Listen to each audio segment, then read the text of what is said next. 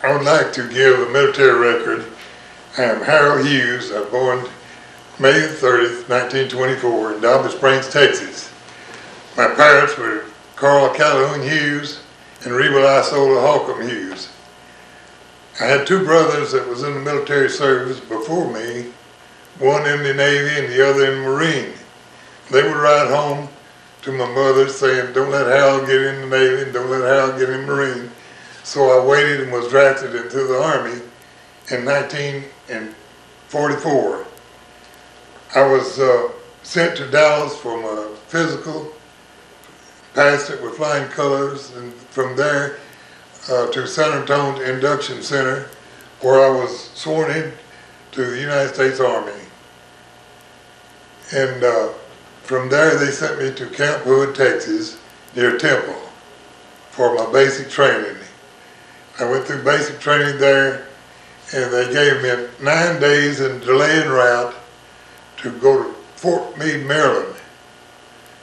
And I reported Fort Meade, Maryland, was there, and from there sent to New York, New Jersey, where we were loaded onto the Queen Elizabeth, which was the largest ship at that time, and across the Atlantic.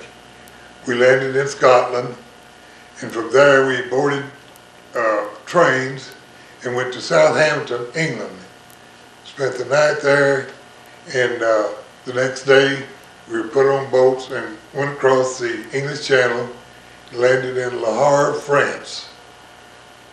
The next morning we were all loaded on trucks, open bed trucks, and we went all the way across France and joined our troops at the Battle of the Bulge, Normandy. I joined the 10th Infantry Battalion of the 4th Armored Division, which was in Patton's 3rd Army. We were there toward the end of the Battle of the Bulge, and a lot of cleanup work and that sort of thing going on.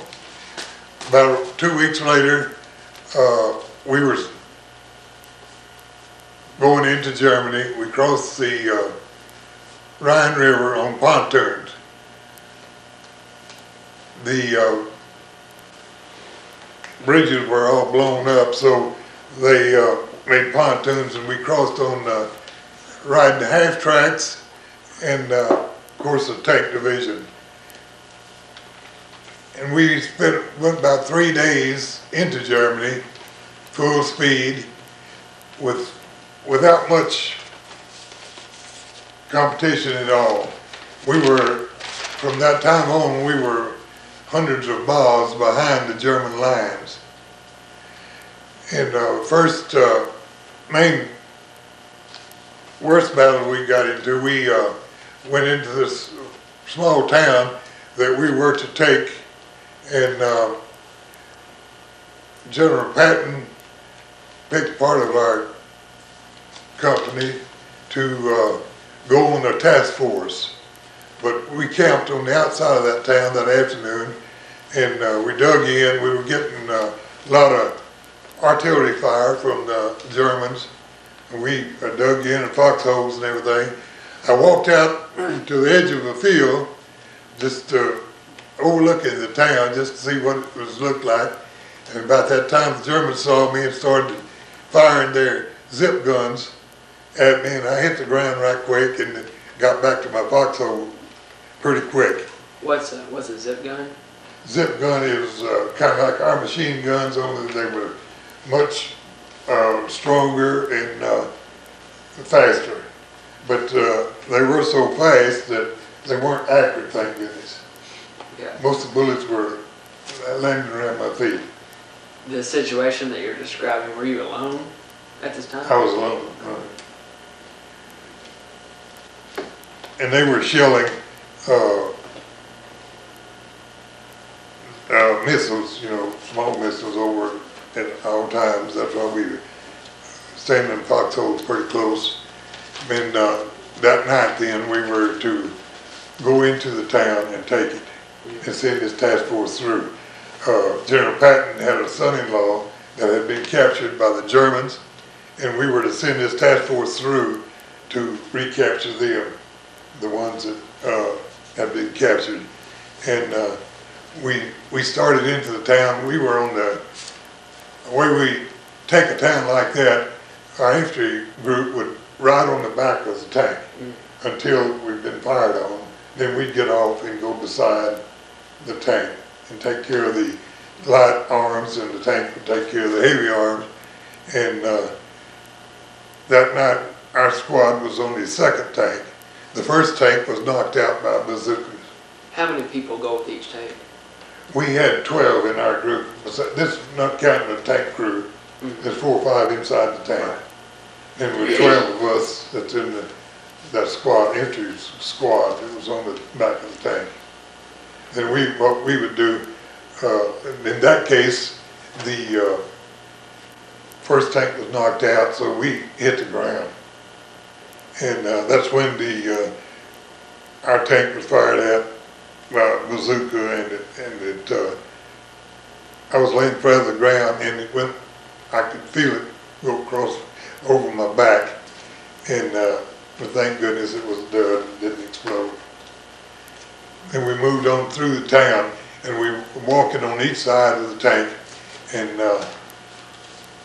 we opened the town up completely. On the tank division like that, if it's infantry, German infantry battalion or something of that sort, they didn't resist too much. They got out of our way. How many tanks were there in your group? I don't know. There was, I guess there's 15 or 20 in our group. And we sent the task force on through.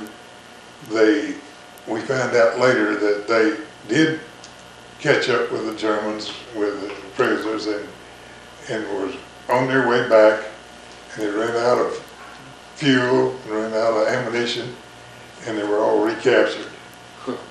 And they started coming back to our outfit, drifting back. They would, like they'd march at night, some of them would escape, and they'd come back and join us, and they'd tell us what happened.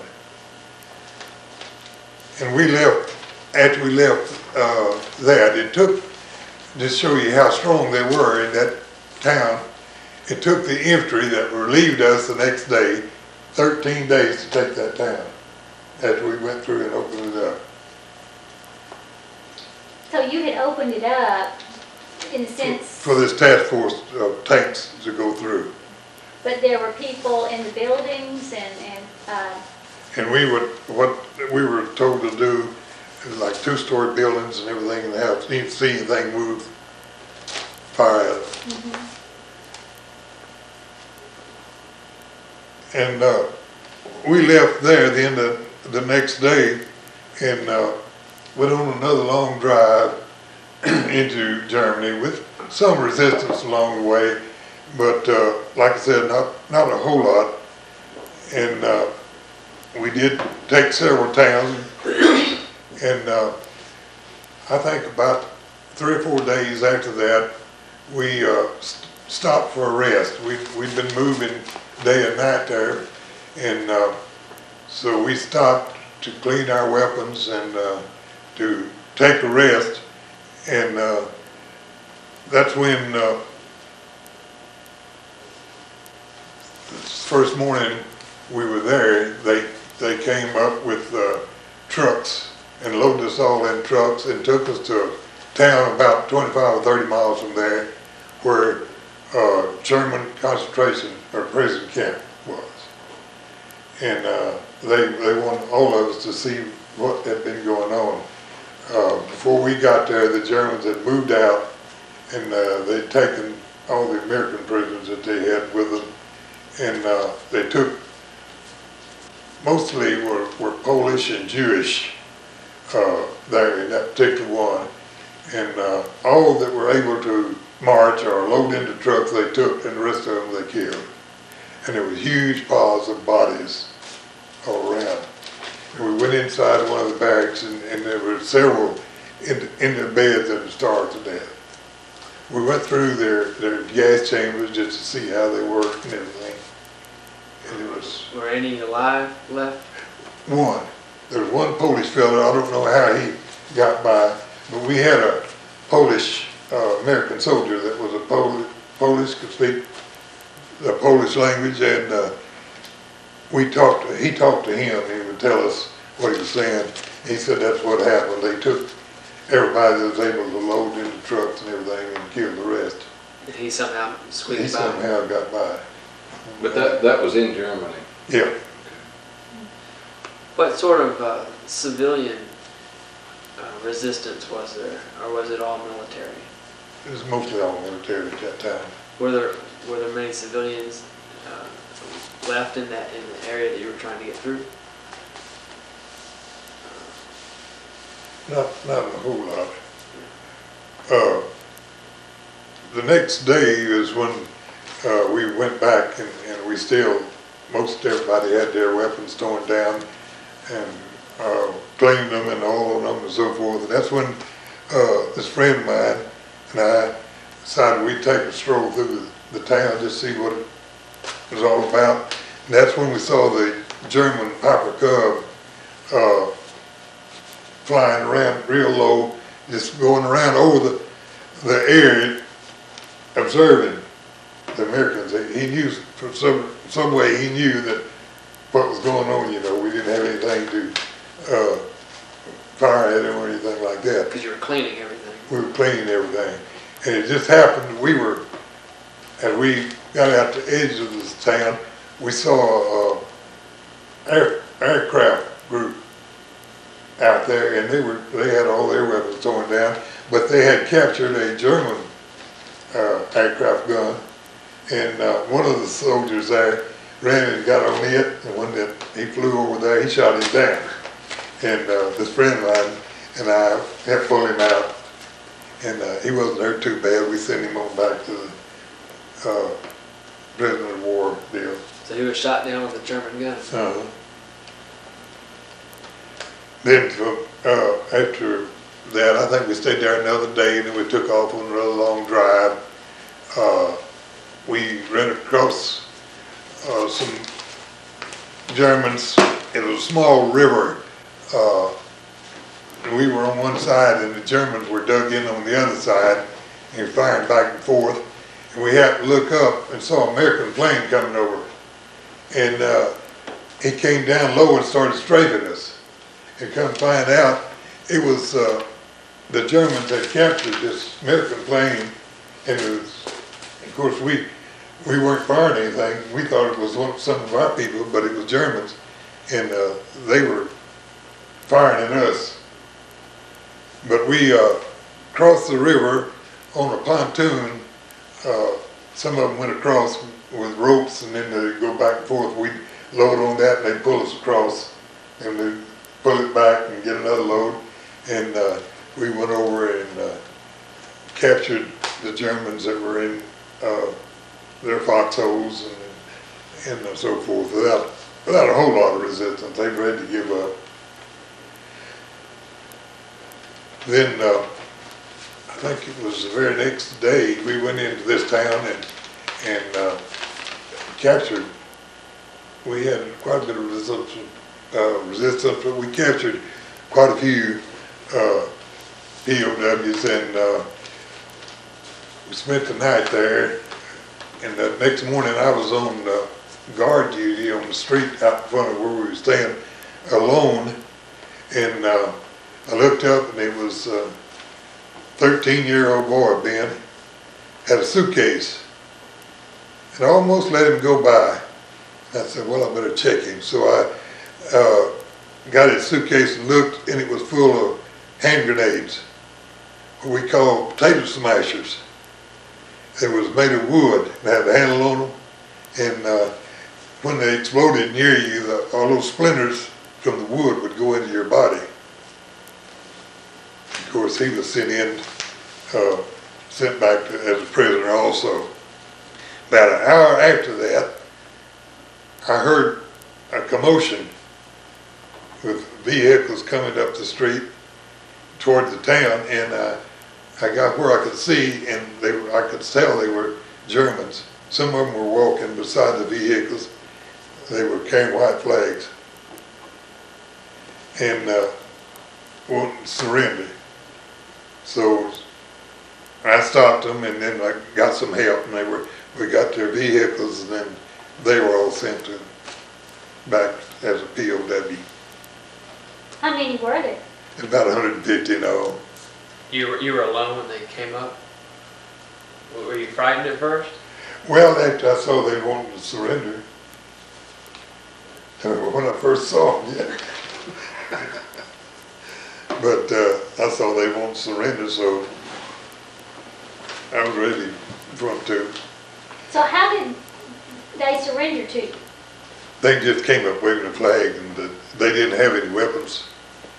They had done away with all the weapons. So you just kind of marched them on?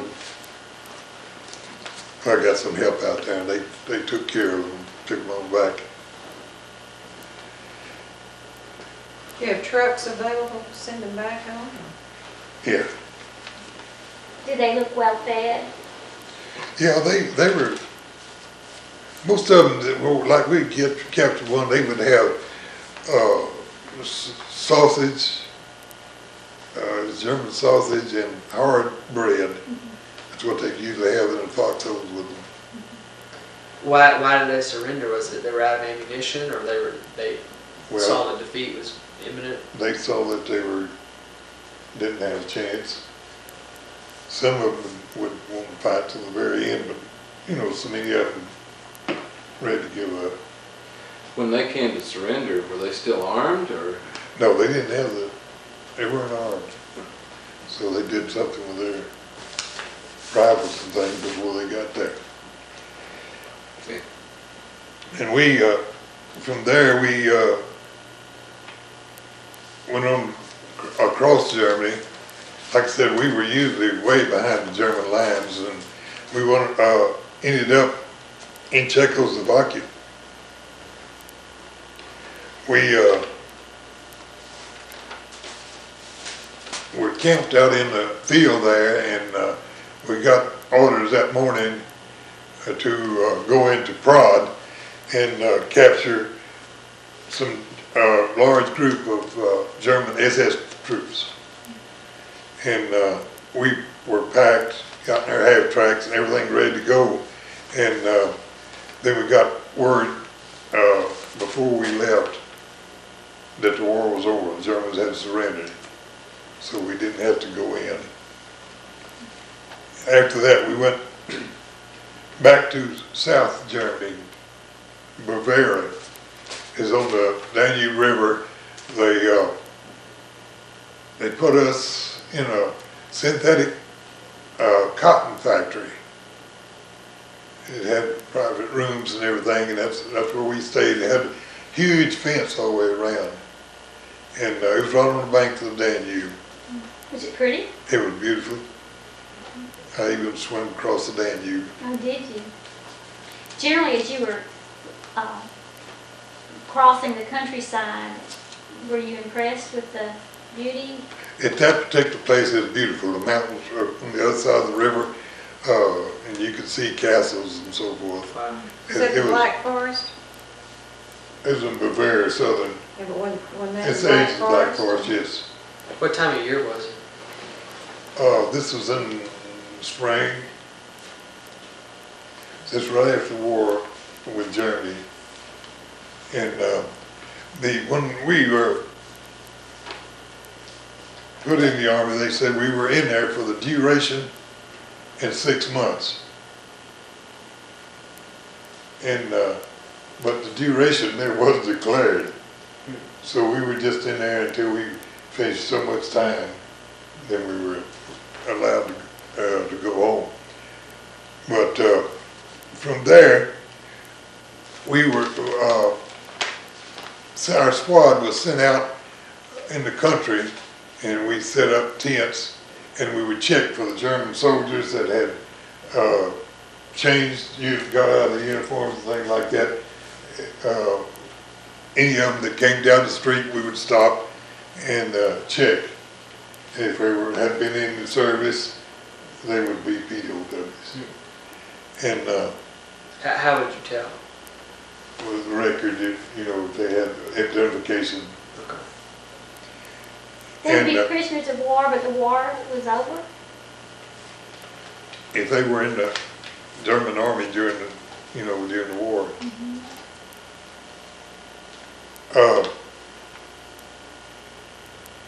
And while we were out there, some papers came forward that anyone that had finished high school, had a high school diploma, had a chance to sign up to go to England to Stevenham American University for 3 months.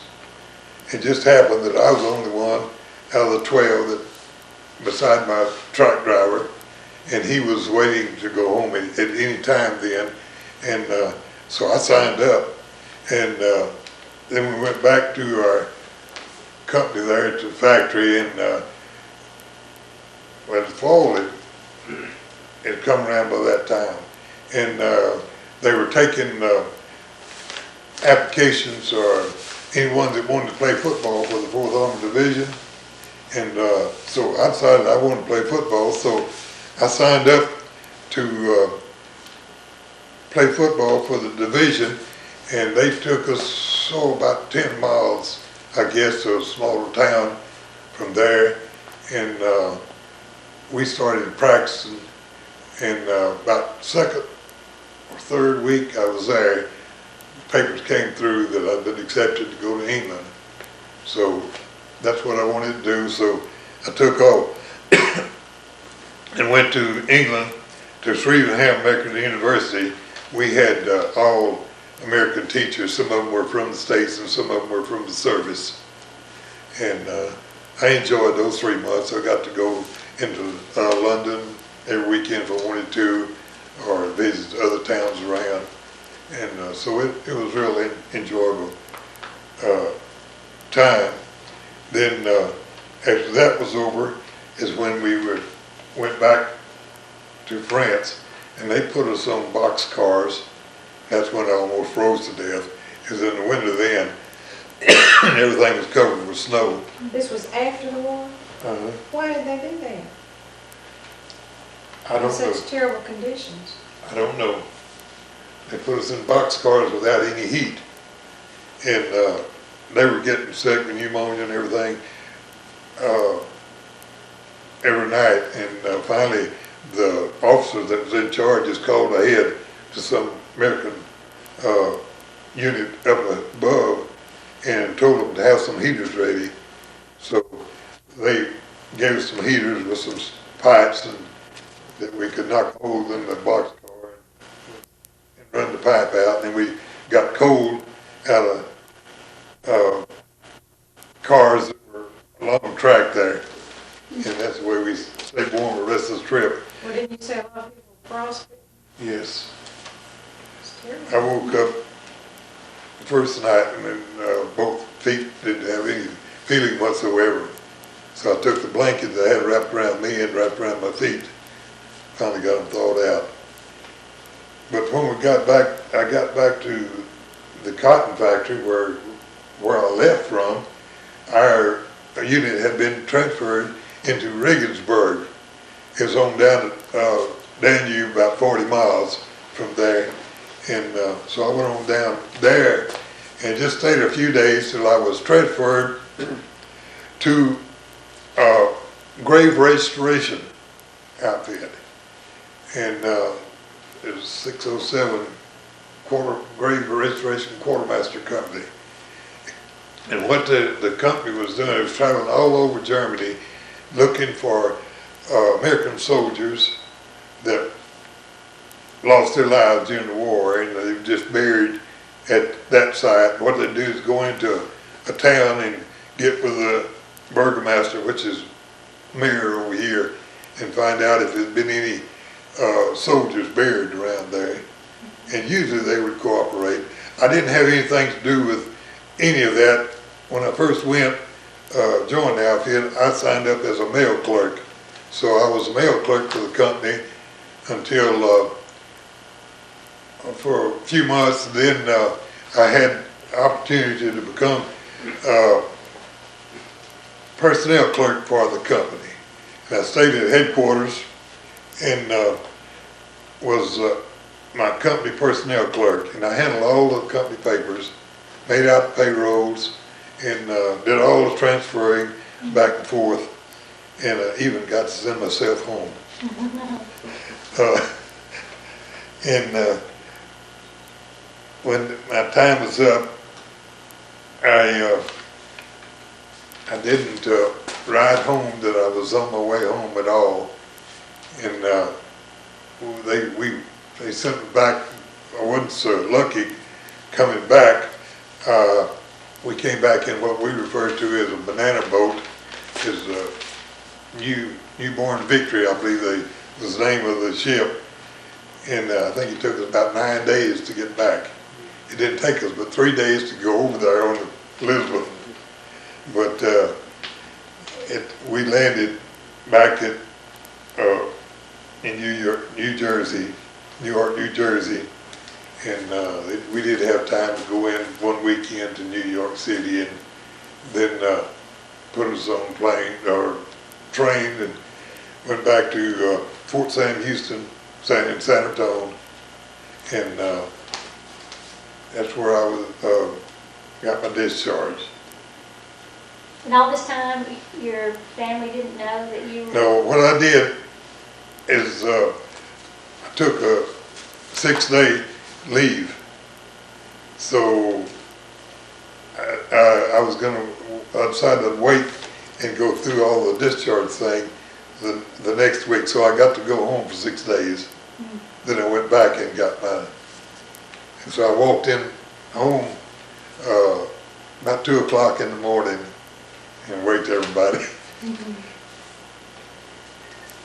So Did you have much contact with your family while you were away? yeah, I rode home every chance I got. I'd get some mail. How much did the Army pay you to serve in World War II? Just, I don't know, Jim, exactly what I was getting. It wasn't much. Wasn't $21 a month? Wasn't $21 a month? It's something like that. And I got more because I used my, when I signed up, I put my mother down as a dependent. So what I put up, the government would match it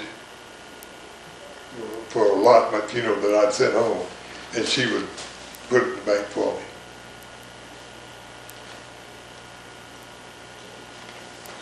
That's about it.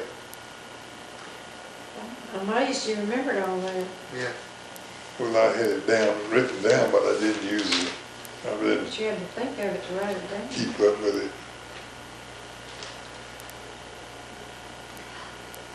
Were there other soldiers, any particular soldier that you were particularly close to during, especially the time? Not really. I had one, my foxhole buddy, we were real close. He was, his name was Clyde Harrison, was a tobacco farmer from Kentucky. And he chewed tobacco all the time. But we were real close friends. Did you stay in touch after the war? No, sure didn't. He got out. His father passed away, and when I got back from England, he'd already been discharged. He got to go home because of his father. You ever thought of looking him up? I thought about it, but I never really put much effort. And the ribbons, you saw the list of the ribbons that I received. After I got home, I left them with my sister, and she put them in a cedar chest. When they moved to Texarkana, she left the cedar chest out in the garage, and someone stole some of the souvenirs that I had, plus my ribbons. So recently I've been able to order some more. So we will be getting, after all these years, we'll be getting some ribbons back. what ribbons did you get? I don't have the paper with me. There was one, well, of course, it's the same, for being overseas, you know, and infantry combat ribbon. And the one that I appreciate most, it was our entire division, 4th Armored Division received it, presidential citation. What did that mean? That means for the Special service, recognition, yeah. recognition from the president for the good work that the division did, the entire division did.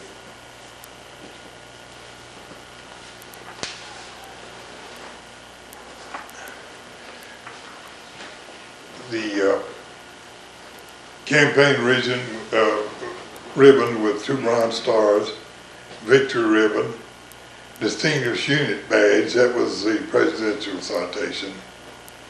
Good conduct medal, I don't know how I got that.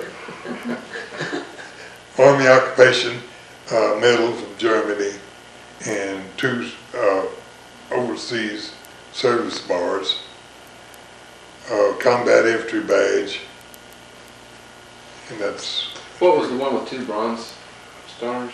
that was a campaign ribbon, EAME, campaign ribbon with 2 bronze stars. What do the bronze stars mean?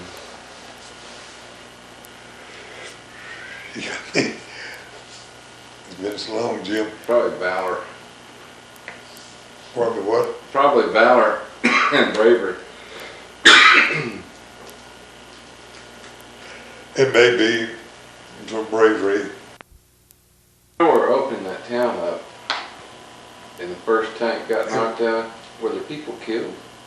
Were there infantrymen killed on that? I don't think so. I think it just knocked the track off.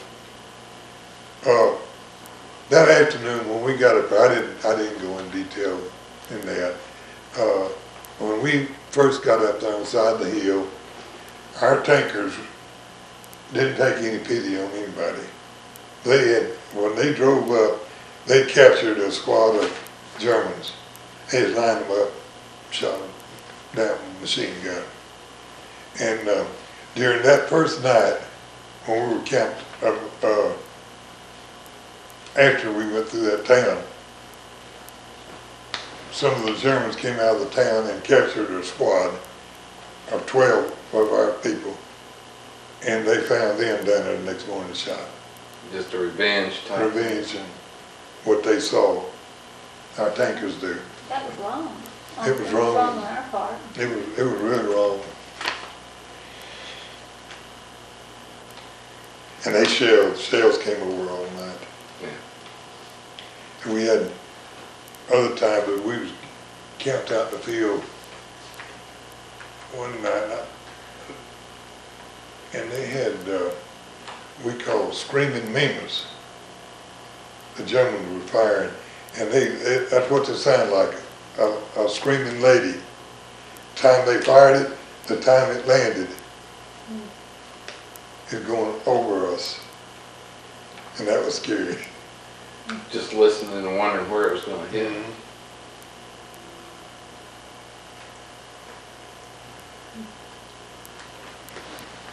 So your capacity was to march alongside these tanks and the heavy stuff. So you did actually, you fired on soldiers? They told us, you know, we see anything move on the side, to fire. And tanks, I know I was up a little bit too far. I was up even with a barrel, and our tank fired, and it like to knock me. I don't know, it could have knocked me down, I don't know, but I couldn't hear anything for a while. And right in the middle of it, the rifle that I was carrying jammed. And I threw it down and picked me up another one that somebody We had this one friend working, that was just gone over there 2 or 3 times, gone back. And he went last year and took his children, some anniversary. He, I'd like to find out what the name of that concentration camp was? I really don't know. I told my mother the other day, I didn't try to learn the names of the towns we went through, Yeah. all the German names and everything.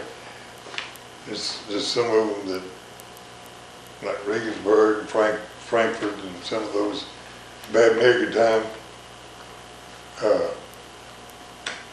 Some of them that I remember, but I don't even know. They said we crossed the Rhine at Worms, Germany. It must have been the southern part. And I know we traveled about 3 days and nights after we crossed over. But it was Eisenhower who ordered that as many troops as possible go in and see these concentration camps. You don't have it on there, do you? I guess they wanted us really get mad at the Germans, I think, just see what they've done. But, Well, you really did need to see it. huh? You really did need to see it. Aside from that one person, who the Polish man who was there, did you have much? Did you do much liberation as you moved into Germany, Of the Americans? or of anyone that wasn't German? Anyone that wasn't, Or Americans, or the Americans, this Polish fellow said it wasn't any of those in the piles there of Americans. They moved all them out because they knew we were right on their tails, you know.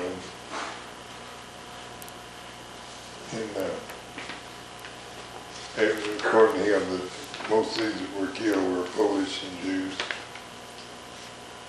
Were you treated well in the communities once you had captured all the German soldiers? Pretty well. What about back in London? How did people treat you there, back in England? Well, they were nice to us.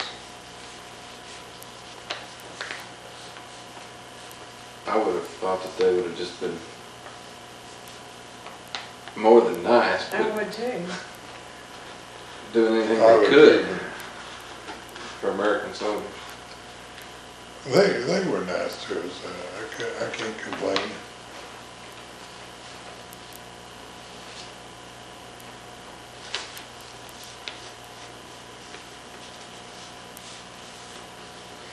Did you have any close friends who you either knew before the war or met during the war that didn't make it back? Some I met during the war didn't make it.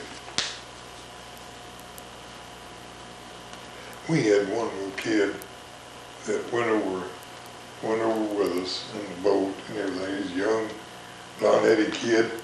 He was scared to death the whole time. And he wasn't on my truck, but he was on another. And before they got through France, a sniper shot and killed him. He was a nice little kid. I got to know him on the boat, you know, and everything. How old were you when you went in? Huh? How old were you when you went in? 19, 20, 19, I guess. 44, I guess I'm.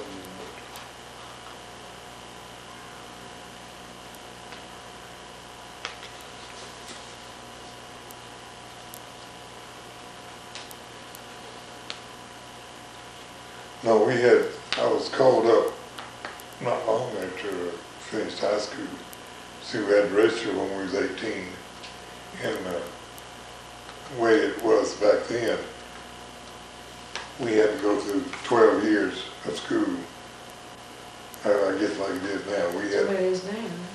but just that was through the 11th grade, but we had what is known as primer. Then the first, you started in primer 6 years old, and then first, second, third, I don't know. I think that was unique to that part of the state.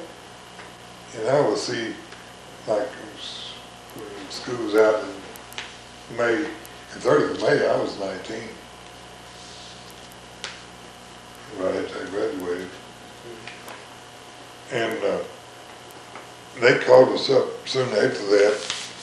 We had to go to New Boston, the county seat, and I don't know whether they examined us. I don't guess they examined us then, but they gave us, they told us to go back home, and they gave us 21 to 90 days. And I had two distant cousins with me that they were called up exactly 21 days. And I didn't get called until 90 days. And both of them were killed.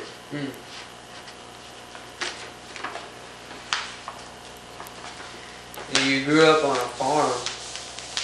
What did your family do when the three, you and your two brothers were all overseas? We'd already quit farming, Right. and my dad was defense work, was in construction work in defense plants during the war. He started, I guess before we really got into the war, when they first started getting ready for war in defense plants, he started working in construction work. And I guess that's one reason I didn't, they let me stay 90 days. I did a little farming last year, and they let me stay until the crops were harvested. Then they called me.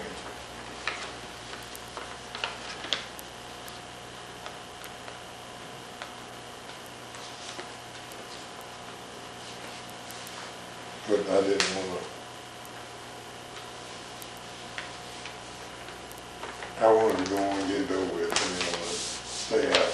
A lot of them, did different things and stay out